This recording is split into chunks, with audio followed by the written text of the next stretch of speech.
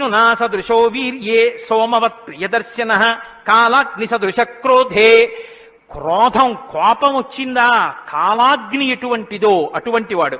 క్షమయా పృథివీ సమహ. ఈ భూమికి ఎంత ఓర్పో రాముడికి అంత ఓర్పు. నిద్రలేస్తూనే భూమిని తంతాం, భరిస్తుంది. మలమూత్రాలు భూమి మీద విసర్జిస్తాం, భరిస్తుంది. ఉమ్మి భూమి మీద వేస్తాం, ఊరుకుంటుంది. పోనీ ఏదో పొరపాటునొచ్చింది వేరు. కావాలని ఒక రకమైన తాంబూలం వేసుకుని బొమ్మడమే ప్రయోజనంగా నెత్తురు కక్కుకునేవాడు కక్కుకున్నట్టు భూమి మీద ఎర్రటి మరకలు పడేటట్టు అదే పనిగా ఉమ్మి వేసేటటువంటి వాడిని కూడా భరించినటువంటి భూమాత యొక్క ఓర్పుని ఎంత స్తోత్రం చేయాలి నిజంగా. కాబట్టి అన్నం కావాలి, నాగలి పెట్టి అమ్మ గుండెల మీద చీరుతాం. ఇల్లు కట్టుకోవాలి, శంకుస్థాపన పేరుతో గుణపాలు పెట్టి అమ్మ గుండెల మీద గుచ్చుతాం. ఆఖరికి ఇంత సంపాదించి ఇంత కీర్తి తెచ్చి మా నాన్నగారు, మా బాబాయ్ గారు, మా మేనమావ, మా ఆయన ఇన్ని బంధుత్వాలు పెట్టుకున్న వాళ్ళు ఆ ఊపిరి ఆగిపోగానే తీసుకెళ్లి బయట చిరిగిపోయిన బొంతో చాపో వేసి పడుకోబెట్టి కొత్త చాప తెచ్చి 4 కర్రలకేసి తాడేసి కట్టి తీసుకెళ్లిపోతుంటే ఆఖరణ పుచ్చుకునేది ఈ తల్లి ఒక్కతే. ఎవ్వరు ఇంట్లో ఒక్క రాత్రి కూడా ఉంచుకోరు. యావత్ పవనో నివసతి దేహే తావత్ పృచ్చతి కుశలంగేహే గతవతి వాయౌ దేహాపాయే భార్యా బిభ్యతి తస్మిన్ కాయే అంటారు శంకర భగవత్పాదులు. అటువంటి ఈ తల్లిది ఎంత ఓర్పో. ఎన్ని అపచారములు చేసినా కూడా కడుపులో పెట్టుకునేటటువంటి అమ్మ స్వరూపమైనటువంటి భూమికి ఎంత ఓర్పు ఉందో అంత ఓర్పు కలిగిన వాడయ్యా రామచంద్రమూర్తి. కాబట్టి ధనదేన సమస్యాగే సత్యే ధర్మ ఇవాపరః. కుబేరుడు ఎంతటి ధనవంతుడో అంతటి మహానుభావుడు, అటువంటి త్యాగం ఉన్నవాడు. సత్యే ధర్మ ఇవాపరః. సత్యము ధర్మము ఒకదాన్నొకటి ఎలా కాపాడుకుని రక్షించుకుంటాయో అలా రక్షించి కాపాడగలిగినటువంటి వాడు. తమేవం గుణ సంపన్నం రామం సత్యపరాక్రమం. ఇన్ని గుణములు కలిగినటువంటి రామచంద్రమూర్తి సాక్షాత్తుగా సత్యపరాక్రముడైనటువంటి వ్యక్తి. ఆయన పరాక్రమం సత్యమే పరాక్రమముగా కలిగినటువంటి వాడు. అటువంటి వాడు రామచంద్రమూర్తిని ఆ రాముని యొక్క కథని సంక్షేపంగా చెప్పారు. సంక్షేపంగా అంటే వివరంగా కాదు, బాగా గుర్తుపెట్టుకోండి. వివరంగా చెప్పలేదు, కేవలం ఏదో విహంగ వీక్షణం అంటారు చూసారా, ఒక్కసారి స్థాళీపులాక న్యాయంగా ఒకసారి అలా చెప్పేశారు. అది ఎంత తేలిగ్గా చెప్పేశారంటే సజగామ వనం వీర ప్రతిజ్ఞామనుపాలయన్ పితుర్వచన నిర్దేశాత్ కైకయ్యా ప్రియకారణాత్ అంటూ. కానీ సంక్షేప రామాయణ శ్లోకాలండి, అవి నిజంగా మంత్రాలే. దశరథ మహారాజు గారు లేక లేక లేక లేక సంతానం కలగలేదని బెంగ పెట్టుకుని అశ్వమేధయాగం చేసి తత్పాపాన్ని పోగొట్టుకుని పుత్రకామేష్టి చేస్తే యజ్ఞపురుషుడు ఆవిర్భవించి ప్రసాదాన్నిస్తే ఆ పాయసాన్ని అనురూపలైనటువంటి తన భార్యలు స్వీకరిస్తే పెద్ద భార్య అయినటువంటి కౌసల్యాదేవి యొక్క గర్భాన్ని జనించినటువంటి సాక్షాత్తు విష్ణుస్వరూపుడైన ధర్మాత్ముడైన రామచంద్రమూర్తి పినతల్లి అయిన కైకమ్మ 14 సంవత్సరములు అరణ్యవాసం చేసి రాజ్యాభిషేకాన్ని విడిచిపెట్టుకోవాలి రామచంద్రమూర్తిని 2 వరములు రాత్రికి రాత్రి దశరథ మహారాజు గారిని అడ్డుపెట్టి నిగ్రహిస్తే తండ్రిని సత్యవాక్యమునందు నిలబెట్టడం కోసమని రామచంద్రమూర్తి రాజ్యాన్ని పరిత్యజించి నారవస్త్రాలు కట్టుకుని చెప్పులు కూడా విడిచిపెట్టి మహానుభావుడు అరణ్యానికి బయలుదేరి వెళ్ళిపోతున్నారు. ఆ వెళ్ళిపోతున్నటువంటి సమయంలో రామస్య దయితా భార్య నిత్యం ప్రాణ సమాహిత జనకస్య కులే జాతా దేవమాయేవ నిర్మిత సర్వలక్షణ సంపన్నా నారీణాం ఉత్తమావధూ సీతాప్యనుగత రామం శిశిలం రోహిణీ యథా. సాక్షాత్తుగా దేవమాయయే లోకంలో ఉన్న సౌందర్యమంతా రాశీభూతమై ఒక స్త్రీ రూపంలో వచ్చిందా అన్నంతగా కనపడేటటువంటి సీతమ్మ తల్లి, జనక మహారాజు గారి యొక్క పుత్రి, అయోనిజ అయినటువంటి తల్లి, స్త్రీలలో ఉత్తమమైనటువంటి రత్నంగా చెప్పబడినటువంటి తల్లి, సర్వలక్షణ సంపన్న అయినటువంటి సీతమ్మ చంద్రుణ్ణి రోహిణి ఎలా అనుసరిస్తుందో అలా కష్టసుఖాల్లో నీతో కలిసి ఉంటాను తప్ప నేను అంతఃపురంలో ఉండను అని చెప్పి రామచంద్రమూర్తితో కలిసి అరణ్యవాసానికి బయలుదేరింది. సోదరుడైనటువంటి లక్ష్మణుడు కూడా రామచంద్రమూర్తితో బయలుదేరాడు.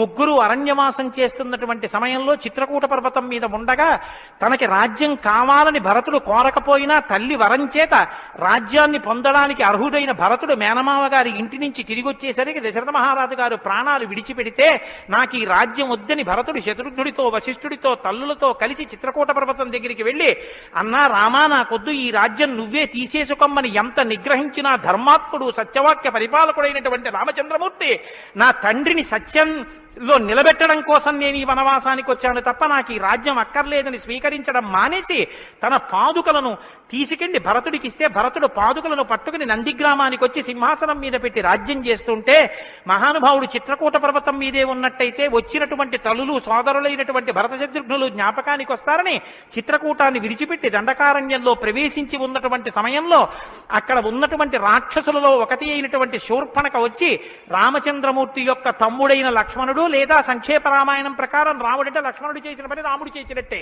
అందుకని రాముడి చేత ముకుచెవులు కోయబడితే ఆ శూర్పణక చేత ప్రేరేపింపబడిన కరదూషణాదులు త్రిశిరస్సు అనేటటువంటి 14,000 మంది రాక్షసులు రాముడి మీద దండెత్తి వస్తే తృణప్రాయంగా 14,000 మందిని నిగ్రహించినటువంటి రామచంద్రమూర్తి యొక్క పరాక్రమాన్ని శూర్పణక వల్ల తెలుసుకున్నటువంటి రావణాసురుడు అసూయతో సీతమ్మ తల్లి మీద మోహంతో సీతమ్మ తల్లిని అపహరించి తీసుకుని వెళ్ళిపోతే ఆగ్రహించినటువంటి రామచంద్రమూర్తి శబరిని దర్శనం చేసి తర్వాతి కాలంలో సుగ్రీవుడితో స్నేహం చేసి వారిని నిగ్రహించి దశ దిశలకి వానరుల్ని పంపిస్తే దక్షిణ దిక్కుకు వెళ్ళినటువంటి హనుమ సీతమ్మ తల్లి యొక్క జాడ కనిపెట్టి 100 యోజనముల సముద్రాన్ని దాటి ఈవలి ఒడ్డుకు వచ్చి రామచంద్రమూర్తికి సీతమ్మ క్షేమవార్త చెప్తే రామచంద్రమూర్తి నీలుని యొక్క సహకారంతో సముద్రానికి సేతువు కట్టి సముద్రాన్ని దాటి ఆవలి ఒడ్డుకు వెళ్లి లంకారాజ్యంలో వానర సహకారంతో రావణ కుంభకర్ణాది వీరులను నిగ్రహించి తిరిగి మళ్లీ అయోధ్య పట్టణానికి వచ్చి పట్టాభిషిక్తుడై 11,000 సంవత్సరములు ఈ రాజ్యాన్ని పరిపాలన చేసి రామరాజ్యం ఇలా ఉంటుంది అని చెప్పి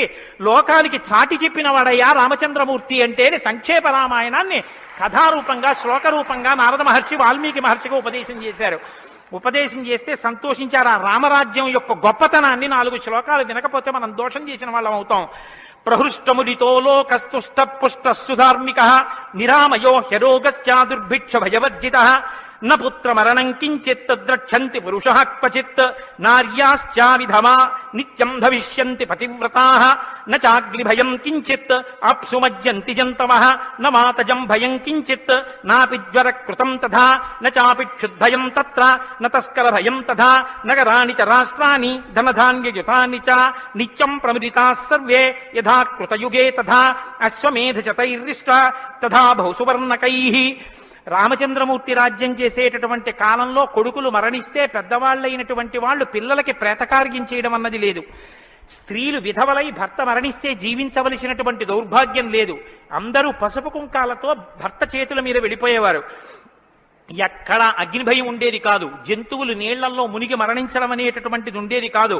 వాత భయం కానీ, అనారోగ్యాలు కానీ, జ్వరాలు ఏర్పడడం కానీ, భయంకరమైన వ్యాధులు పటమరించడం కానీ, దొంగతనం కానీ, క్షుద్బాధ కానీ, ఆకలితో అలమటించడం కానీ, అశాంతి కానీ లోకంలో ఎక్కడా లేవు. అశ్వమేధాది యాగములను చేసి ఎంతో మంది బ్రాహ్మణులకి బంగారాన్ని దానం చేశాడు. గవాం కోట్యయుతం దత్వా బ్రహ్మలోకం ప్రయాస్యతి అసంఖ్యేయం ధనం దత్వా బ్రాహ్మణేభ్యో మహాయశాః. కొన్ని కోట్ల గోవులు దానం చేశాడు. కొన్ని కోట్ల బంగారు నాణెములు దానం చేశాడు. 10 వర్ష సహస్రాణి 10 వర్ష శతాని చ రామో రాజ్యముపాసిత్వా బ్రహ్మలోకం గమిష్యతి. రామో రాజ్యముపాసిత్వ, రాజ్యాన్ని ఉపాసన చేశాడు మహానుభావుడు. అంత గొప్ప పరిపాలన చేసి 11,000 సంవత్సరముల పరిపాలన తర్వాత బ్రహ్మలోకాన్ని చేరుకున్నాడు. ఇదం పవిత్రం పాపఘ్నం పుణ్యం వేదైశ్చ సంహితం.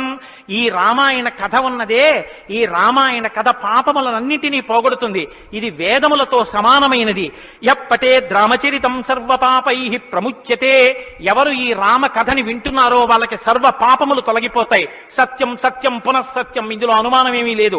ఏతదాఖ్యానమాజుష్యం పఠన్ రామాయణం నరః. ఎవరు ఈ రామాయణాన్ని చదువుకుంటున్నారో వింటున్నారో వాళ్ళకి ఆయుష్యం నిలబడుతుంది, అపమృత్యు దోషం తొలగిపోతుంది. సపుత్ర పౌత్ర సగణః ప్రేత్య స్వర్గే మహీయతే. పుత్రుల్ని, కొడుకుల్ని, మనవల్ని చూసిన తర్వాత 3 తరాలు చూసిన తర్వాత సంతోషంతో సుఖశాంతులతో ఇహమనందు జీవించి ఆఖర్ర తేలికగా శరీరం నుంచి ప్రాణం విడిపోయి జీవుడు సంతోషంగా భగవన్నామం చెప్తూ స్వర్గలోకాన్ని చేరుకుంటాడు. ఇంతటి గొప్ప అనుభూతిని, ఐశ్వర్యాన్ని అనుగ్రహించగలిగినటువంటి శక్తి కలిగినటువంటిది రామాయణం. కాబట్టి ఎల్లరూ ఈ రామాయణాన్ని చదువుకోవాలి, వినాలి, ధరించాలి అని నారద మహర్షి వాల్మీకి మహర్షికి చెప్తే తదేక ధ్యానంతో ఆ మాలామంత్రంగా వినపడిన సంక్షేప రామాయణాన్ని విని పొంగిపోయిన హృదయంతో తన్మయత్వంతో ఉన్నటువంటి వాల్మీకి మహర్షి యొక్క